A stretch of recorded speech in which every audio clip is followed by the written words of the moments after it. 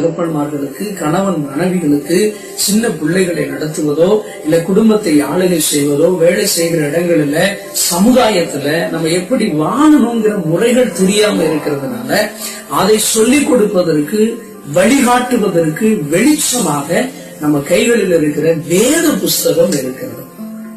ஆகையினால அந்த வேத புஸ்தகத்தை நீங்கள் அடிக்கடி தியானிக்கிறவர்களா இருங்க.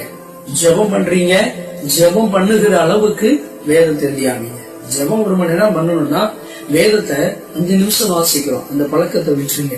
1 மணி நேரம் வேதம் வாசிக்கணும், 1 மணி நேரமா ஜெபம் பண்ணணும். இது ரெண்டையும் ஈக்குவலா வச்சுக்கோங்க. ஜெபம் நம்மளுக்கு பலனை கொடுப்பது, வேத வார்த்தையை படிப்பது, வழி நடத்துவது, நடக்கிற வாழ்க்கைக்கு.